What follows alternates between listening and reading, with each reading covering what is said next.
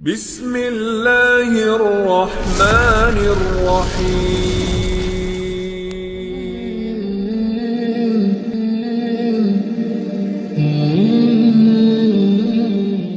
Kisah seorang munafik di zaman Nabiullah Musa alaihi salatu wassalam, Qissatu As-Samiri. Siapa Samiri itu? Sebelum kita masuk pada kisahnya Samiri yang membuat patung seperti anak sapi yang kemudian disembah oleh Bani Israel, saya akan urut dulu kisahnya. Di dalam Al-Quran Allah subhanahu wa ta'ala berfirman, "Wa idh faraqna bikumul bahra fa'anjaynakum wa aghraqna ala fir'auna wa antum tangdurun." Dan ingatlah ketika kami belah lautan untukmu, lalu kami selamatkan dirimu dan kami tenggelamkan Fir'aun dan para pengikutnya, sementara kalian menyaksikan dengan mata-mata kalian sendiri. Nabi Musa alaihi salatu wassalam ketika menyelamatkan Bani Israel dari perbudakan Fir'aun, maka Musa berhasil menyeberangkan Bani Israel dari Mesir mengarah ke Palestina melalui Laut Merah. Dan itulah mukjizat yang sangat masyhur dari Nabi Musa alaihi salatu wassalam, mampu membelah lautan dengan tongkatnya, tentu dengan izin Allah subhanahu wa ta'ala. Terbelah 12 jalan di lautan itu, karena Bani Israel 12 kabilah. Ketika kemudian betul-betul mereka dikejar Fir'aun dan mereka sudah sampai di ujung lautan, sementara Fir'aun itu masih di tengah lautan, disangkanya itu jalan biasa, bukan lautan yang terbelah. Ketika betul-betul Fir'aun dan pasukannya di tengah-tengah lautan, maka Musa alaihi salatu wassalam ketika itu berada di sampingnya malakul Jibril, malaikat Jibril yang membentuk seperti manusia, menggunakan pakaian putih, kuda putih, serba putih. Maka kata Jibril, tunggu dulu, biar betul-betul dia sampai di tengah dan semua pasukannya juga sampai di tengah. Baru ketika betul-betul ada di tengah, kata Jibril, sekaranglah kau pukulkan tongkatmu itu. Maka Musa memukulkan tongkat, tiba-tiba lautan menyatu, maka Fir'aun pun ditenggelamkan Allah subhanahu wa ta'ala di Laut Merah ini. Dan Allah abadikan jasadnya. Artinya ditemukan jasadnya. Kemudian jasadnya Fir'aun sampai hari ini menjadi pelajaran, dan kisah itu kisah beneran. Kalau anda ingin atau antum semuanya ingin melihat jasad Fir'aun, datang ke Mesir sana. Sana ada jasadnya Fir'aun. Lah, intinya bahwa Bani Israel diselamatkan, ini nikmat Allah Azza wa Jalla, diselamatkan dari kematian. Ma'asyiral muslimin yang dimuliakan Allah Azza wa Jalla, setelah itu berangkatlah Bani Israel dibawa oleh Nabi Musa alaihi salatu wassalam menuju arah Palestina. Di tengah jalan, rupanya mereka melewati sebuah perkampungan yang kampungnya itu nyembah berhala, sementara mereka sudah mentauhidkan Allah Azza wa Jalla, menyembah berhala. Tiba-tiba kemudian salah satu dari kaumnya Bani Israel ini mengatakan kepada Musa, "Ya Musa, ij'al lana ilahan kama lahum alihah." Wahai Musa, jadikanlah untuk kami banyak Tuhanlah, masa satu Tuhan saja? Maka Musa heran, sudah diberikan hidayah, menyaksikan ditenggelamkan Fir'aun, menyaksikan mukjizat yang banyak dari Musa, sudah mentauhidkan Allah, mau kufur. Makanya Musa alaihi salatu wassalam mengatakan, innakum qaumun tajhalun, kalian ini kaum yang bodoh, sudah diberikan hidayah tauhid mau sesat pula. Akhirnya Musa pun marah kepada Bani Israel. Ketika Nabi Musa alaihi salatu wassalam sudah berada betul-betul di perbatasan, tinggal masuk saja ke Palestina itu, sudah sampai di padang pasir yang mendekati Palestina. Rupanya tidak bisa masuk ke Palestina. Kenapa demikian? Karena memang bumi yang disucikan itu di Palestina itu sudah dikuasai orang lain,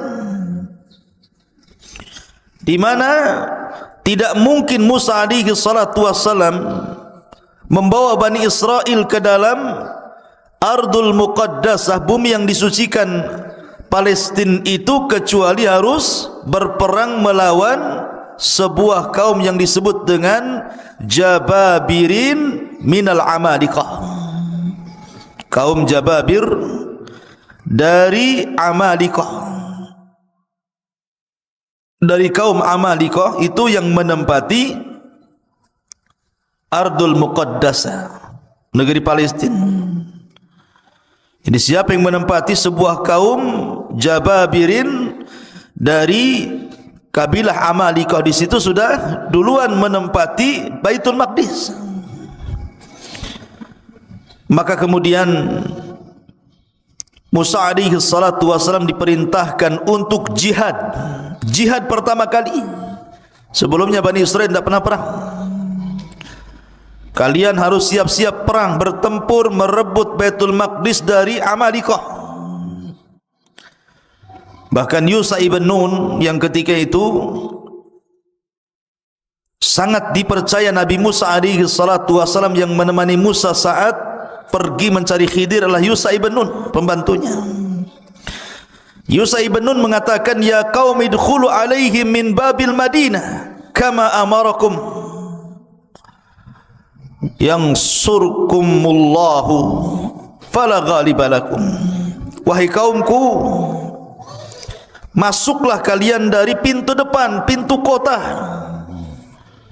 dan kalau seandainya kalian akan perang, maka Allah subhanahu wa ta'ala akan memberikan kemenangan dan tidak terjadi kekalahan kepada kalian. Tapi Bani Israel ini ketakutan, pengecut, tidak mau perang, takut mati. Akhirnya kemudian mereka mengatakan, lan nadkhulaha abada madamu fiha, selama orang Amalikah itu masih ada di situ, kemudian kami harus perang melawan Amalikah, kami tidak akan masuk ke situ. Kemudian mereka pun lancang kepada Musa dan mengatakan, idhhab anta wa rabbuka faqatila innaha huna qaidin.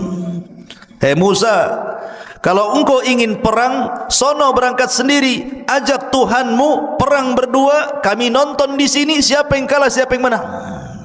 Kurang ajar tidak? Ya. Asal sama nabinya bilang begitu. Kalau kau mau perang, pergi sana sendiri katanya. Ajak Tuhanmu, perang berdua sana katanya. Kami enggak mau di sini. Karena mereka menolak, tidak mau perang, tidak mau berjihad, tidak mau mengambil Baitul Maqdis. Ini pula yang menyebabkan Allah subhanahu wa ta'ala mengazab Bani Israel. Dengan cara apa?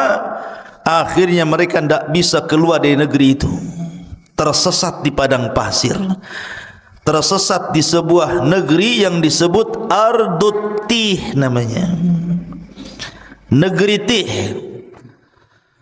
sebuah padang pasir kering kelontang, tidak ada tanaman, tidak ada tumbuhan, tidak ada air, tidak ada apapun, padang pasir, panas luar biasa. Diazab oleh Allah subhanahu wa ta'ala, tidak bisa keluar dari situ. Pergi kemana saja ujung-ujungnya ke situ juga. Kayak orang linglung, kayak orang bingung. Lebih-lebih kemudian padang pasir itu saya katakan tadi, tidak ada tumbuhan, tidak ada tanaman, tidak ada pepohonan, tidak ada burung, tidak ada apapun. betul-betul kering, kelontang, panas terik luar biasa. Mereka tidak bisa keluar dari situ, tersiksa hidup mereka. Itulah disebut dengan tih. Berapa puluh tahun mereka diuji oleh Allah. Fa innaha muharramatun alaihim arba'ina sanatan yatihuna fil ardi fala ta'sa 'alal qaumil fasiqin. Dan negeri Tih itu digambarkan dalam surah Al-Maidah ayat 26. Yatihun, maksudnya di negeri Tih. Allah berfirman, maka negeri itu terlarang buat mereka selama 40 tahun. Mereka akan mengembara kebingungan di bumi itu. Maka janganlah engkau wahai Musa bersedih hati memikirkan nasib orang-orang fasik itu. Biarkan saja mereka kebingungan seperti itu. Diajak perang tak mau. Ya. Akhirnya Allah uji mereka dengan diletakkan di bumi Tih, bumi kebingungan. Ma'asyiral muslimin, ikhwan akhwat yang dimuliakan Allah Azza wa Jalla. Ketika mereka tidak bisa keluar dari situ, terpaksalah mereka tinggal di situ.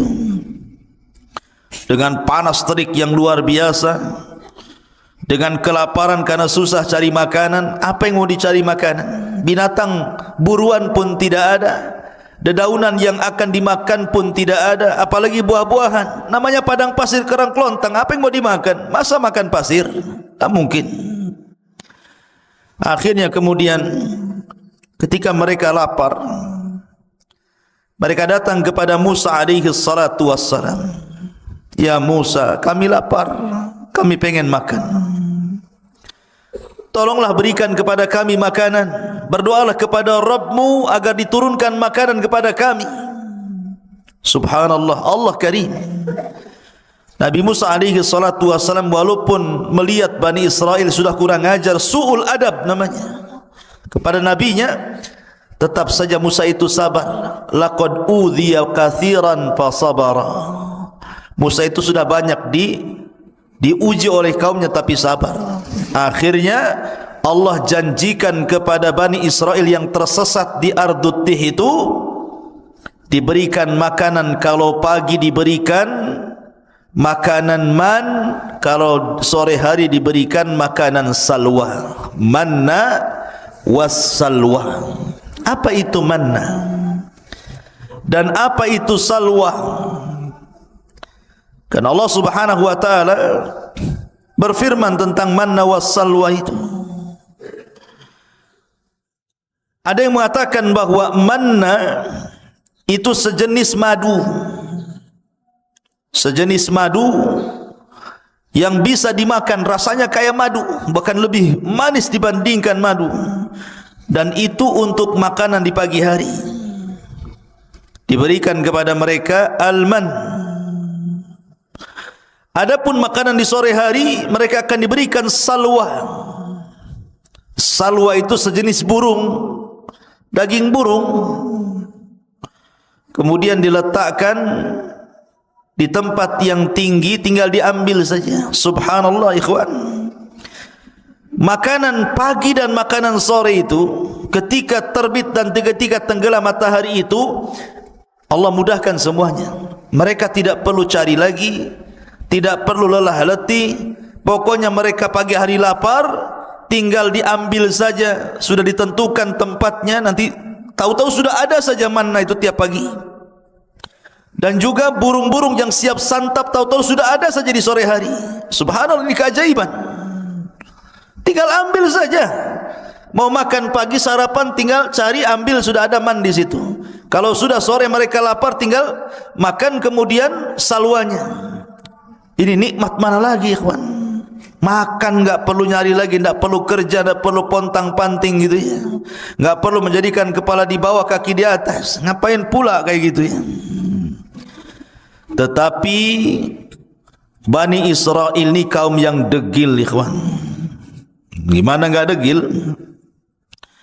Mereka mengatakan wa id qultum ya Musa lan nasbiru ala ta'amin wahid fad'u lana rabbaka yukhrij lana mimma tumbitul ardu min baqliha wa qithaiha wa fumiha wa adasiha wa basaliha. Apa kata mereka? Sudah enak dikasih manna wa salwa, tinggal ngambil makan. Itu makanan lezat, makanan diberkahi, enak luar biasa. Mereka mengatakan, hai Musa, kami tidak sabar, tidak tahan dengan satu macam makanan ini aja. Asih salwa manna, salwa manna. Cobalah kata Bani Israel, mohonkanlah untuk kami kepada Tuhanmu hai Musa, agar dia mengeluarkan bagi kami dari bumi ini tumbuh-tumbuhan, yaitu sayur-sayuran, ketimun, bawang putih, kacang adas, bawang merah. Cobalah yang lain, yang seperti ini. Maunya itu bawang-bawang, sayur-sayur, sayur bayam, sayur kangkung, bayam duri kan itu. Maunya itu yang gitulah. Manna wasal maka kami bosan katanya.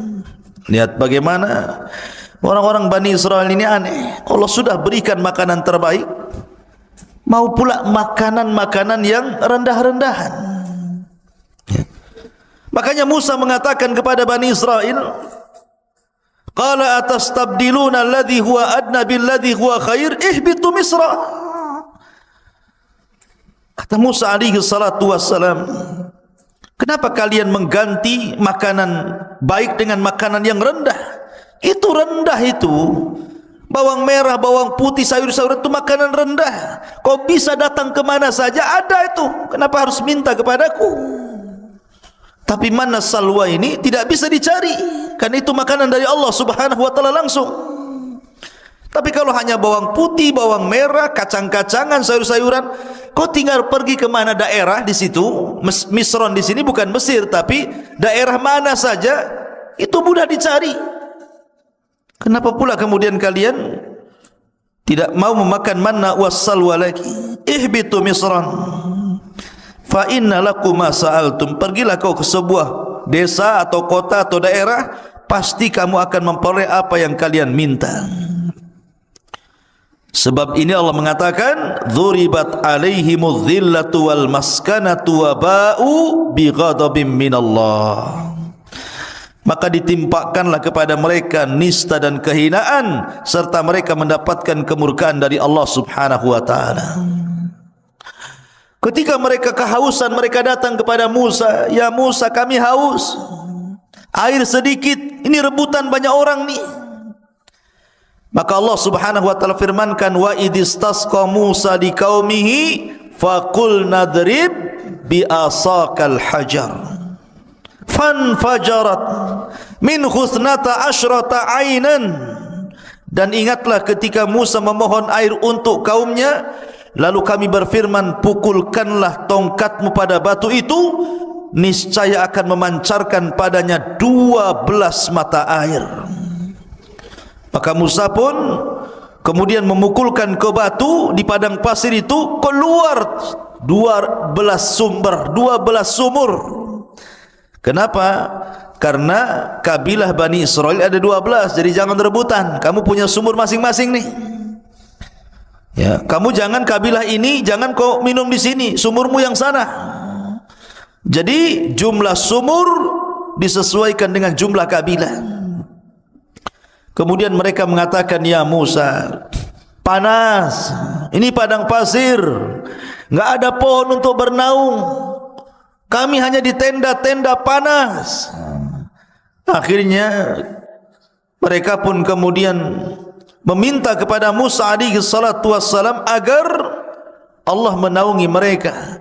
Makanya Allah mengatakan, wa dhallalna alaikumul ghamam wa anzalna alaikumul manna wassalwa.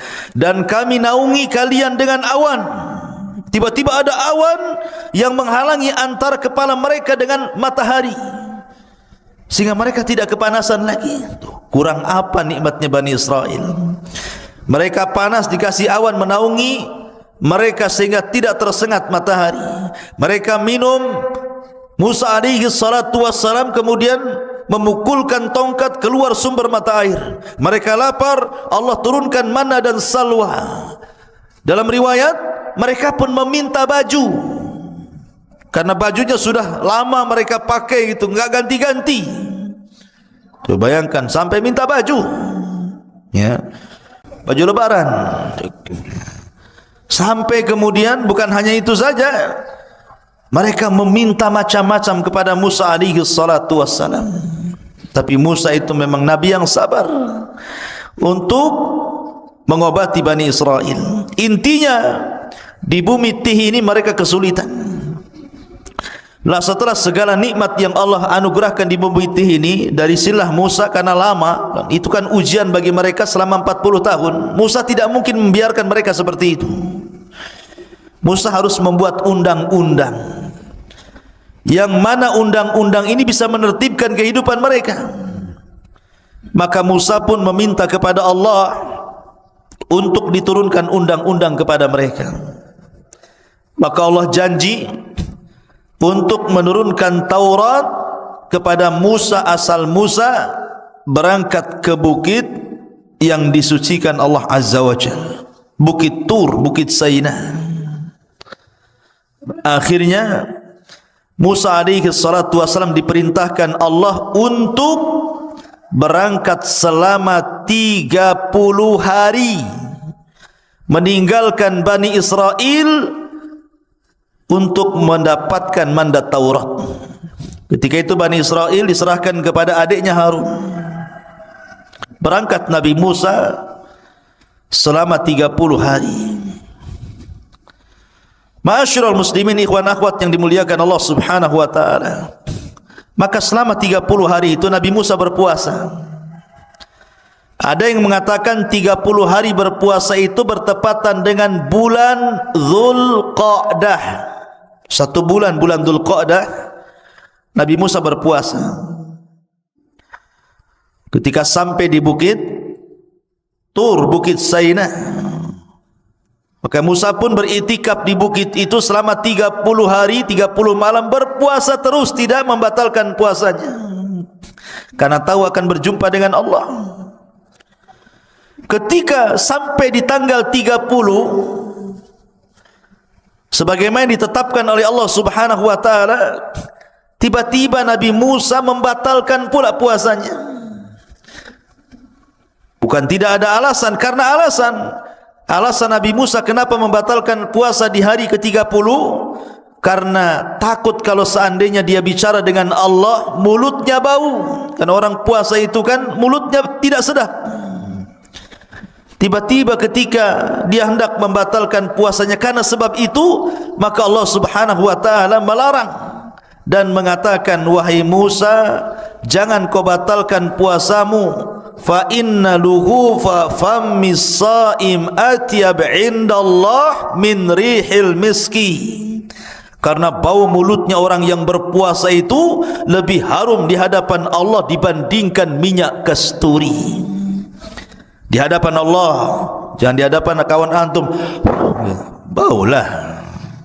Di hadapan Allah, ya, kalau di hadapan makhluk tergantung sahur antum. Sahur jengkol bau jengkol, sahur pete bau pete, ya. Takkan sahur jengkol bau kasturi, ya. Maksudnya di hadapan Allah lebih harum dibandingkan minyak kasturi. Akhirnya Musa pun diperintahkan Allah Azza wa Jal untuk menambah lagi 10 hari. Untuk menambah 10 hari. Maka genap Musa di bukit Tur Sina itu berapa hari? 40 malam 40 hari. 40 malam 40 hari Nabi Musa alaihi salatu wassalam berada di bukit Tur untuk mendapatkan mandat Taurat. Makanya Allah Subhanahu wa taala berfirman mengenai hal ini, tentang masalah Taurat ini, walaqad jaa Musa limiqatina wa kallamahu rabbuhu qala rabbi arini anzur ilaik. Dan ingatlah ketika kami berjanji kepada Musa untuk memberikan Taurat sesudah 40 malam. Setelah 40 malam, wa wa'adna Musa 30 lailatan, awalnya kami janjikan kepada Musa 30 malam, wa atmamnaha bi ashrin, dan kami meminta untuk menyempurnakan dengan 10 malam lagi, berarti 40 malam. Fatamma miqatu rabbih 40 laila, maka sempurnalah pertemuan antara Musa dengan Rabbnya 40 lailatan, 40 malam. Maksudnya gini, yang 30 itu bulan Dzulqa'dah, yang 10 itu bulan Dzulhijjah. Berarti di malam ke-40 bertepatan dengan Idul Adha. Karena yang 30 hari bulan Dzulqa'dah, yang 10 hari 10 awal bulan Dzulhijjah. Berarti hari ke-40-nya ketika Taurat turun itu di Idul Adha. Idul Adha, tanggal 10 Dzulhijjah, dan di sini pula Allah menyempurnakan Islam dengan menurunkan surat Al-Maidah, Al-yawma akmaltu lakum dinakum wa atmamtu alaikum ni'mati wa raditu lakumul Islam madina. Pada hari ini ku sempurnakan agamaku Islam, ku sempurnakan nikmatku Islam, dan ku redai Islam sebagai agama kalian. Maka setelah mendapatkan Taurat, tiba-tiba Musa alaihi salatu wasalam berkeinginan untuk ingin menatap Rabbnya, ingin melihat Rabbnya kayak apa yang selama ini selalu bicara di balik tabir, dan tabirnya Allah adalah cahaya. Pengen tahu kayak apa bentuknya, kayak apa wajahnya. Akhirnya Musa mengatakan, Rabbi arini anzur ilaik, ya Rabb, bisakah kau tampakkan dirimu kepadaku biar aku bisa melihatnya? Maka Allah Subhanahu wa taala mengatakan, lan tarani walakin dur ilal jabal fa in istaqarra makanah fasawfa tarani.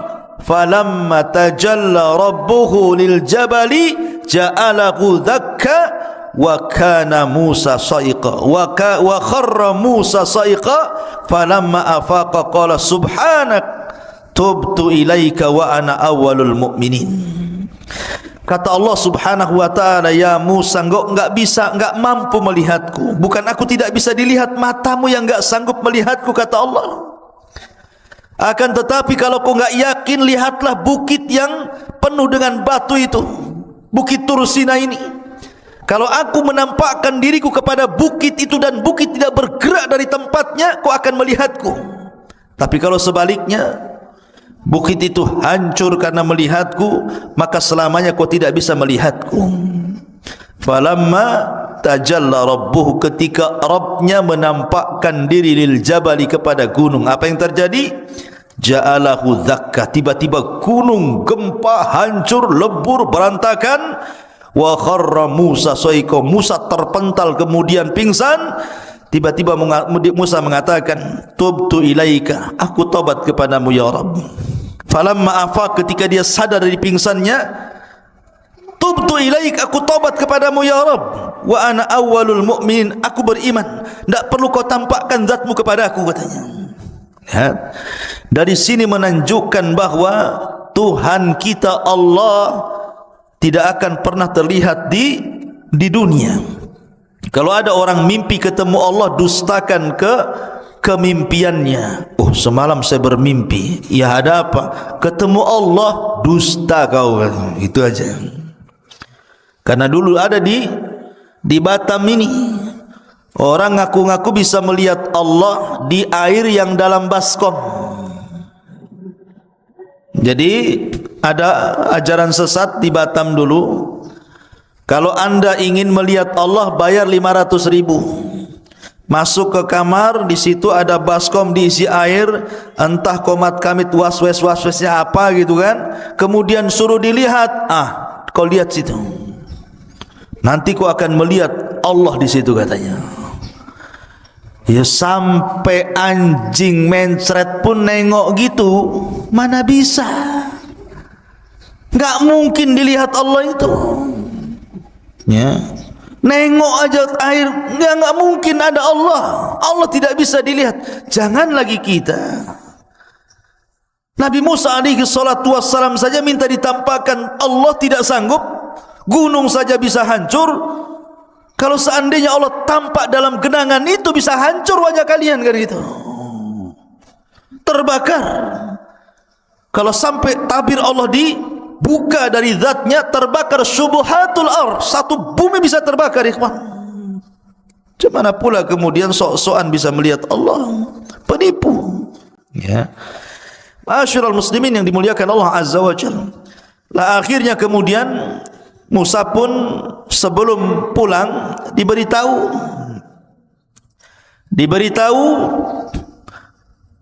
bahwa Samiri, ini kisahnya, bahwa Samiri 10 hari sudah berhasil menyesatkan Bani Israel. Allah Subhanahu wa taala mengatakan tentang kisah Samiri ini, wa ma'ajalaka an qaumika ya Musa, dan mengapa engkau datang lebih cepat dari kaummu hai Musa? Qala hum ulai ala athari wa ajiltu ilaika rabbi litarda. Dia Musa berkata, itu mereka sedang menyusulku, aku akan segera datang kepadamu Tuhanku, karena engkau ingin dan karena aku ingin mendapatkan ridhamu. Kemudian qala fa inna qad fatanna qaumaka min ba'dika wa adhallahumus Samiri. Dan Allah berfirman, sungguh kami telah menguji kaummu wahai Musa setelah engkau tinggalkan selama 40 malam, dan mereka telah tersesatkan oleh Samiri. Jadi begini, ketika Musa berangkat meninggalkan Bani Israel berapa hari tadi? 30 hari. Kemudian disempurnakan 10 hari menjadi 40 hari. Jadi dari 30 hari itu Samiri belum buat ulah tuh. Samiri buat ulah itu 10 hari ketika Nabi Musa menambah hari puasanya. Mereka sesat selama 10 hari. Bayangkan, hidayah itu milik Allah, ikhwan. Mereka mengikuti Musa bertahun-tahun, disesatkan dengan Samiri cuma 10 hari saja. Bagaimana cara menyesatkannya? Samiri ini terjadi khilaf para ulama, siapa Samiri. Ada yang mengatakan Samiri ini salah satu dari Bani Israel. Ada yang mengatakan Samiri itu artinya dia bukan dari Bani Israel, dia kaum Kibti, kaumnya Fir'aun, tapi mengikuti ajaran Musa. Pura-pura munafik, mengikuti ajaran Musa, kemudian ikut di belakang Nabi Musa. Lah ketika Musa menyeberangi lautan, ini Bani Israel ini, mereka berat membawa emas-emas orang-orangnya Fir'aun.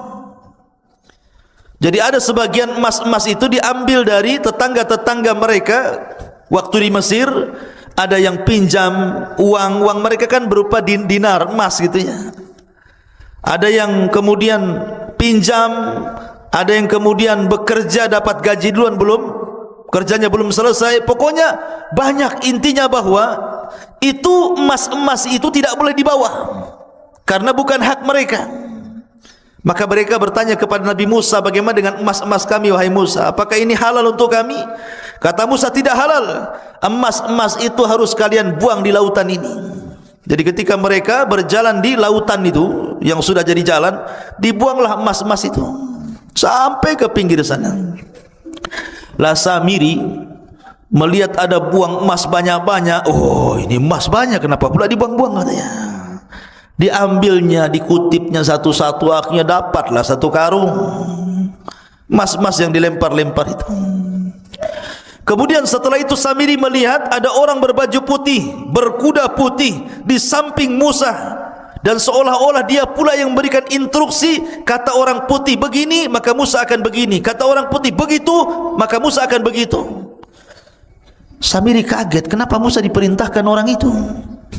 Dari sini Samiri curiga, karena memang itu jelmaan malaikat, utusan Allah Azza wa Jalla. Diperhatikan terus orang ini. Kemudian diperhatikan kudanya. Dan apabila kuda itu melangkah, bekas langkahnya itu, bekas pijakannya itu, tanahnya diambil sama dia. Diambil kemudian ditaruh di kresek, dibawa. Jadi ketika Nabi Musa alaihi salatu wassalam berangkat meninggalkan Bani Israel, kemudian digantikan oleh Nabi Allah Harun alaihi salatu wassalam, maka mulailah berulah Samiri selama 10 hari ini. Emas yang tadi dikutip itu oleh Samiri kemudian dibakar, kemudian dicetak, kemudian jadilah anak sapi, patung anak sapi yang membentuk Samiri. Kenapa anak sapi? Karena orang-orang Mesir itu menjadikan sapi itu Tuhan. Makanya orang-orang India sampai hari ini ada orang yang nyembah sapi itu. Jadi daerah-daerah tertentu di India itu, kalau ada sapi kemudian masuk ke pasar, makan kangkung, makan bayam, jangan diusir. Itu Tuhan lagi makan. Ya, macam-macam. Di India itu banyak. Ya, sesembahan salah satunya sapi disembah. Ada juga yang nyembah ular sendok di sana itu. Ya. Jadi akhirnya kemudian dibentuklah patung anak sapi itu. Ketika sudah jadi patung anak sapi itu, kemudian ditenggerkan di tengah-tengah lapangan Bani Israel. Dia kan punya tanah. Tanah itu bekas pijakannya kaki kudanya Jibril. Dimasukkan ke mulutnya tanah itu. Subhanallah. Keajaiban, tiba-tiba patung anak sapi yang terbuat dari emas itu hidup pula. Makanya Allah mengatakan lahu khuwar, hidup, tapi tidak sempurna, hanya mengeluarkan suara. Gimana suara sapi? Pi gitu. Bukan. Ya. Jadi keluar suara sapi. Lah, Bani Israel ini kaget, kok bisa patung terbuat dari emas berbentuk anak sapi diingatkan kepada sembahan orang-orang Mesir tiba-tiba hidup. Karena sebagian Bani Israel masih kurang mantap imannya. Kata Samiri kepada Bani Israel, lihat, ini Tuhan kita. Anak sapi ini Tuhan kita. Buktinya dia bisa bicara, katanya. Mereka mengatakan, lalu Nabi Musa siapa?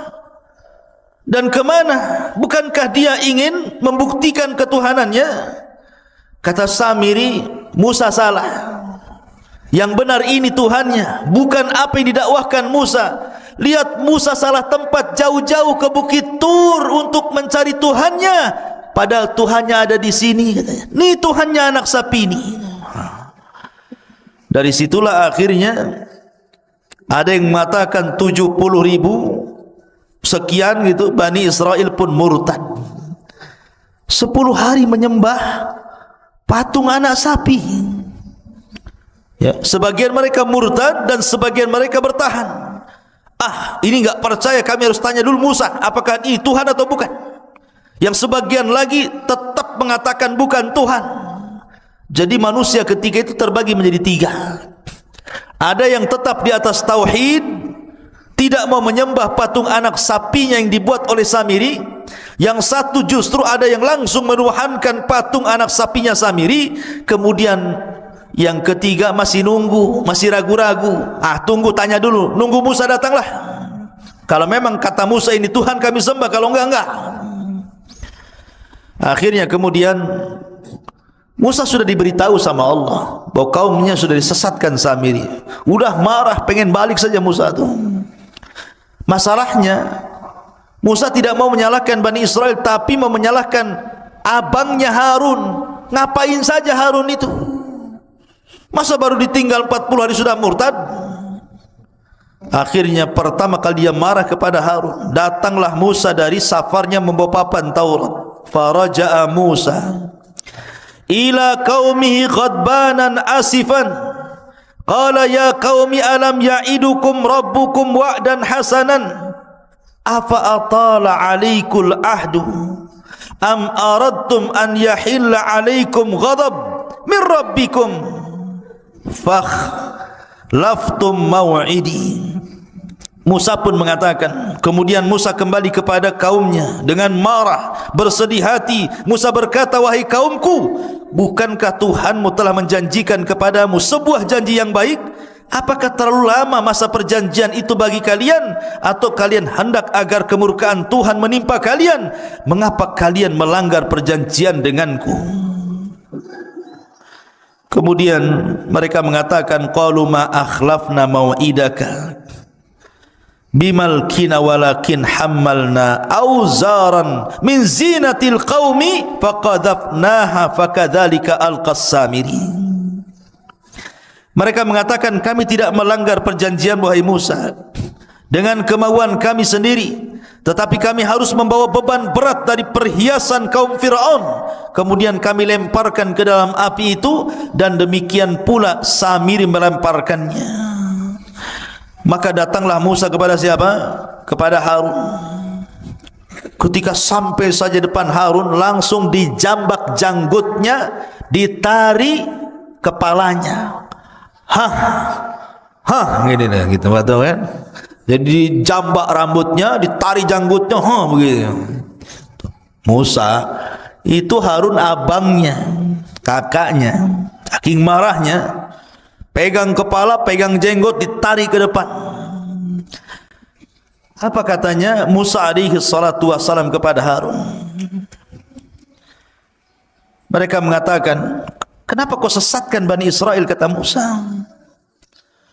Maka Harun ini kan orangnya lembut, beda dengan Musa. Makanya Bani Israel tidak takut dengan Harun, hanya takut dengan Musa. Makanya Harun mengatakan, ya ibna la ta'khud bi lihyati wala bi ra'si, inni khashitu an taqula farraqtu baina bani Israila wa lam tarkub qawli. Harun mengatakan, wahai putra ibuku, maksudnya Musa, janganlah engkau pegang janggutku, jangan pula kau pegang kepalaku, lepaskan. Aku sungguh khawatir engkau akan berkata kepadaku, engkau telah memecah belah Bani Israel dan engkau tidak memelihara amanahku. Artinya aku sudah berusaha menarik mereka ke dalam tauhid, tapi mereka ngeyel, degil. Macam mana harus aku lakukan? Mereka hanya takut kepadamu dan tidak takut kepadaku. Akhirnya ketika datang Samiri, Samiri pula menyesatkannya. Maka akhirnya dilepaslah Harun, kemudian mencari Samiri. Datangkan Samiri kepadaku. Maka datanglah Samiri, dihadapkan kepada Musa. Marah Musa. Kata Musa, qala fama khatbuka ya Samiri. Hei Samiri, apa yang mendorongmu melakukan seperti itu? Kenapa kau sesatkan Bani Israel? Kata Samiri, qala basartu bima lam yabsuru bi, faqabadtu qabdatan min atharir rasul fanabadtuha wa kadzalika sawwalat nafsi. Dengan entengnya Samiri mengatakan, aku mengetahui sesuatu yang tidak mereka ketahui, hai Musa, dan aku ambil segenggam tanah dari jejak Rasul, maksudnya Jibril, kakinya kudanya Jibril, lalu aku melemparkannya ke dalam api yang di situ sedang dicetak anak sapi Samiri. Demikianlah nafsuku yang memerintahkanku. Jadi ketika Musa, siapa atas perintah siapa kau lakukan itu, kata Musa, maka Samiri dengan tenang mengatakan, nafsuku yang memerintahkan. Subhanallah, dengan entengnya. Akhirnya kemudian Musa pun marah. Maka sebagai hukumannya, Nabi Musa alaihi salatu wasallam berdoa kepada Allah agar Samiri tidak boleh mendatangi manusia, dan manusia tidak mungkin mendatangi Samiri. Dia akan hidup sendiri selamanya. Ya, itu sebagai hukumannya, akan hidup sendiri. Manusia tidak bisa bicara, dia pun tidak bisa bicara dengan manusia. Tetapi memang Al-Quran dan Sunnah tidak menjelaskan kematiannya, karena Samiri habis itu diusir oleh Musa dan tidak diperkenankan untuk hidup di zaman di lingkungan Bani Israel. Sehingga ada yang menyangka bahwa Samiri adalah Dajjal di akhir zaman. Tapi kita katakan Dajjal bukan Samiri, dan Samiri bukan Dajjal. Dajjal lain orangnya, Samiri pun lain orangnya. Ya.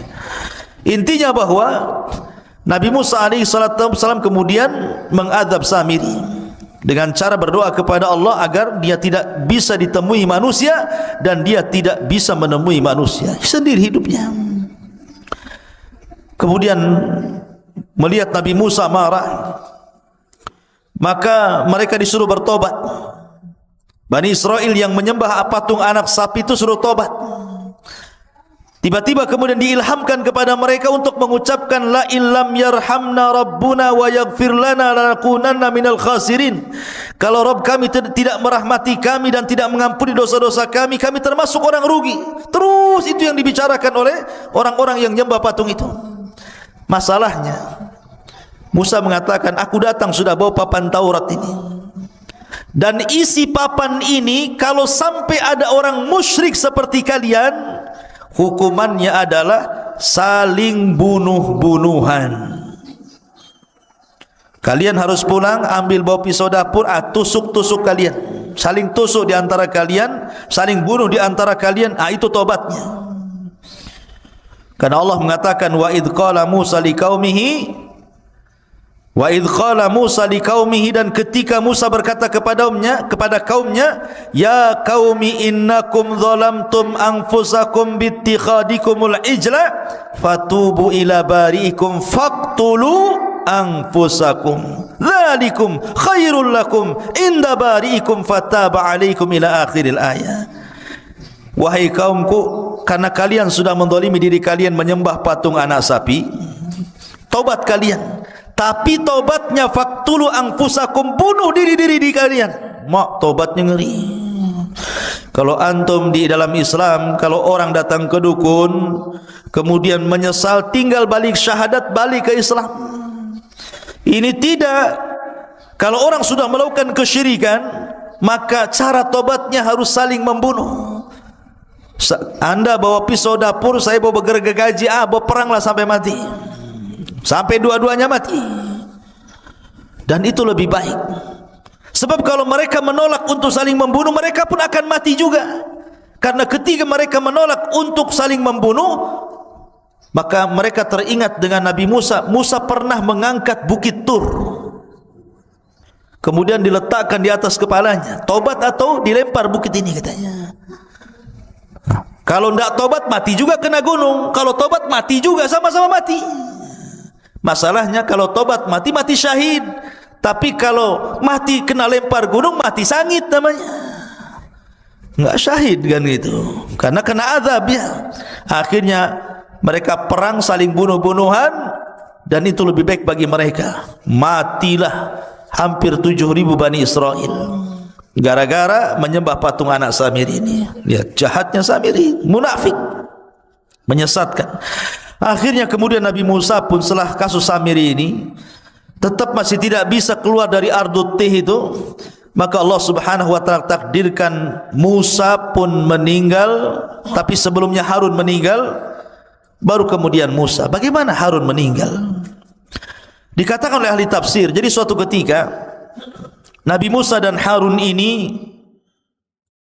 naik ke atas bukit meninggalkan Bani Israel karena lelah gitu kan, ingin santai berdua saja, naik ke atas bukit.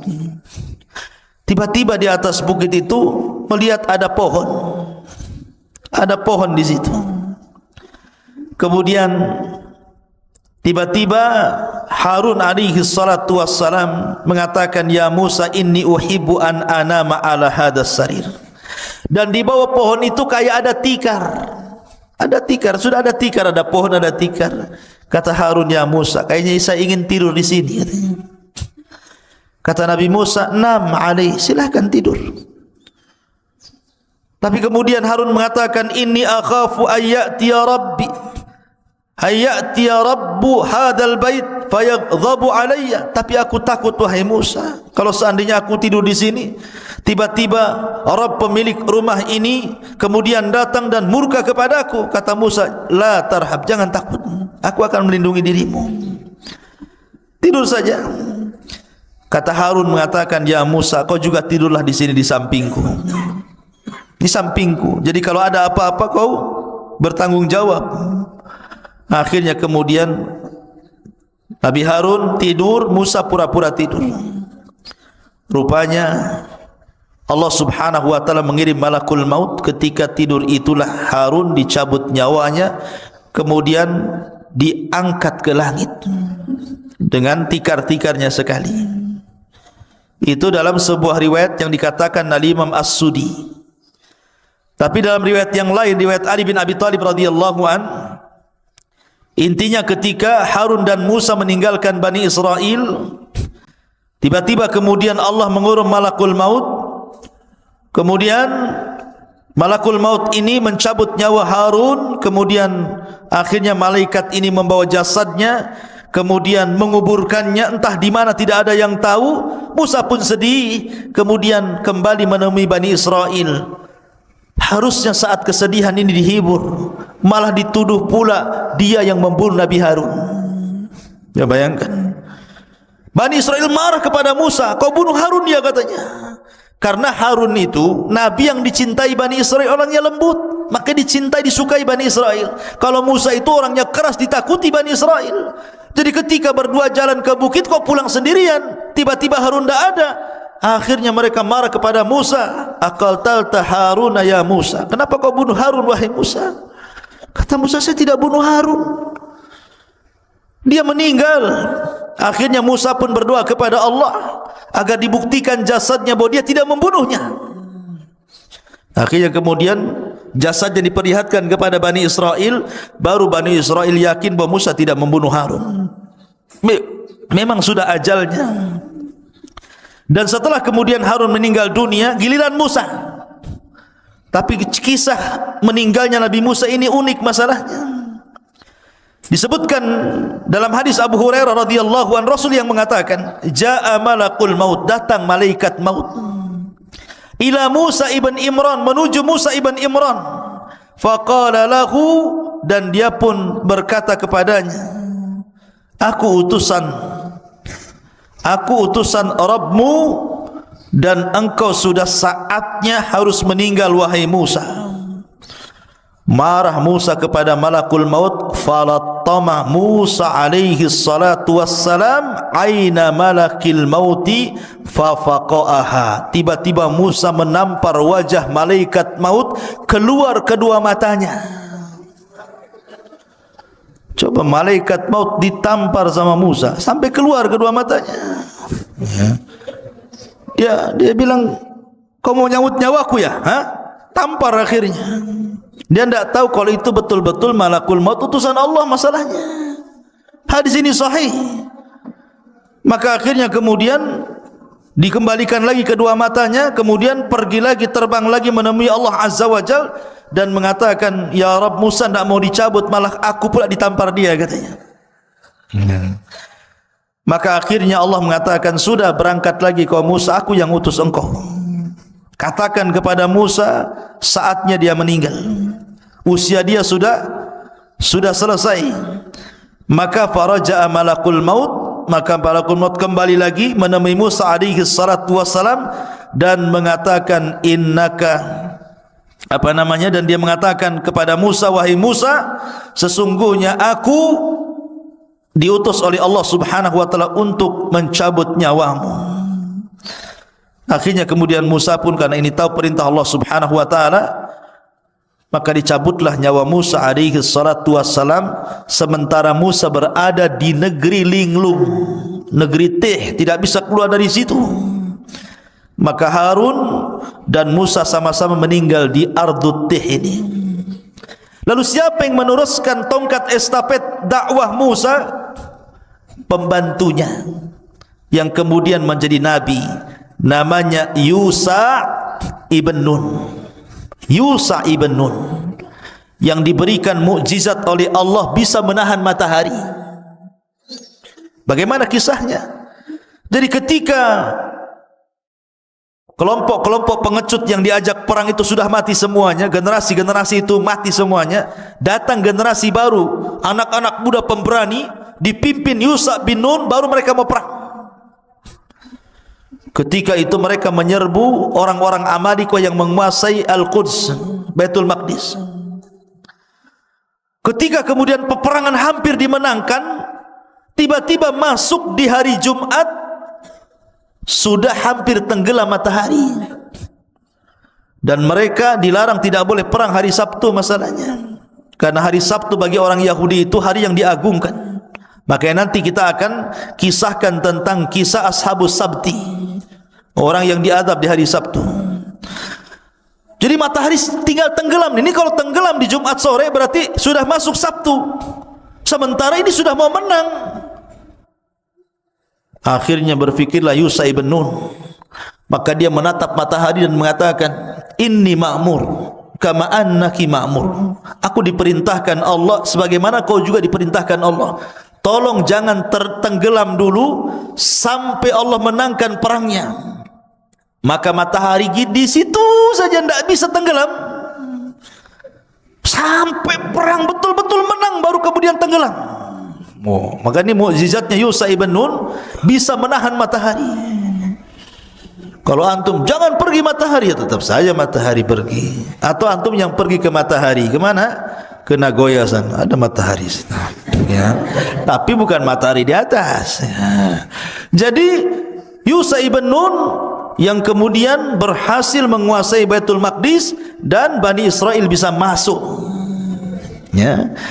Disitulah kisah bagaimana Samiri menyesatkan Bani Israel sampai kepada kisah Yusha ibn Nun, dan kisahnya panjang tentang masalah Bani Israel, karena nanti ada masa-masa yang disebut dengan Ahdul Qudha, ada masa-masa yang disebut dengan Ahdul Mulukul Awal, ada namanya Ahdul Mulukul Thani, dan begitu seterusnya. Seperti Ahdul Qudha itu setelah wafatnya Yusha ibn Nun, maka Bani Israel terpecah menjadi beberapa kabilah tuh. Ya. Tetapi mereka masih dipimpin oleh Nabi, dan Nabi yang terakhir yang memimpin adalah Nabi Samuel. Itu Nabi yang terakhir memimpin. Tapi karena Bani Israel pusing, bosan dipimpin para Nabi, akhirnya kemudian minta dipimpin raja. Maka raja yang pertama yang dipilihkan Samuel atas izin Allah adalah rajanya Talut, yang kemudian melawan Jalut. Di antara tentara Talut ada Nabi Dawud, masih kecil. Ketika melawan Jalut, Jalut ini kan orangnya besar, tentaranya banyak. Talut ini orangnya kecil tapi kuat, tentaranya sedikit. Hanya 314 orang sisa dari sekian ribu melawan ribuan tentara Jalut. Ketika sebelum perang, di masa itu kan ada sistem mubarazah. Orang kalau sebelum perang zaman dulu itu adu tanding dulu, mana jagoanmu, nih jagoan gua. Kemudian bertarung sampai mati. Akhirnya Jalut sendiri yang maju dan mengatakan, siapa yang bisa mengalahkan saya? Tentara Talut tidak ada yang berani. Siapa yang berani sama Jalut? Rupanya Nabi Dawud pula yang masih kecil dari sekian pasukan, dialah pasukan yang paling kecil, yang paling muda. Berani pula Dawud ini. Dawud ini orang miskin, kerjanya mengembala kambing, biasa ngelempar anjing dengan batu. Jadi kalau dia lempar anjing dengan batu itu sampai mati anjing itu dilempar batu, dan selalu tidak meleset. Ya. Dan kalau ada anjing lempar antum sini. Jadi ketika kemudian dia maju melawan Jalut, ini batu sudah ada beberapa di tangannya nih. Ketika betul-betul berhadapan, tidak bergulat Daud, dilempar aja batu kepalanya, pecah kepalanya, mati itu Jalut tuh. Ketika mati Jalut, dilempar batu kerikil sama Nabi Daud, maka pasukan Talut merasa bangga akhirnya karena pimpinannya sudah mati. Tunggang langgang, menanglah pasukan Talut. Dinikahkanlah Daud dengan putrinya. Ketika Talut meninggal, maka dialah yang jadi raja.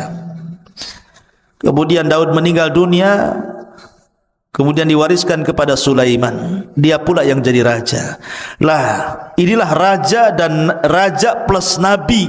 Itu cuma dua di Bani Israel, Nabi Daud dan juga Sulaiman. Dia raja plus nabi.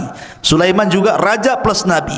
Tapi setelah Sulaiman sudah kacau, sudah lain lagi, banyak perselisihan Bani Israel yang akhirnya kemudian dihinakan Allah sampai dijajah oleh bangsa-bangsa. Terakhir mereka kemudian dibantai oleh tentara Bukhtun Nasr sampai diperbudak kembali, sama seperti di zaman Firaun.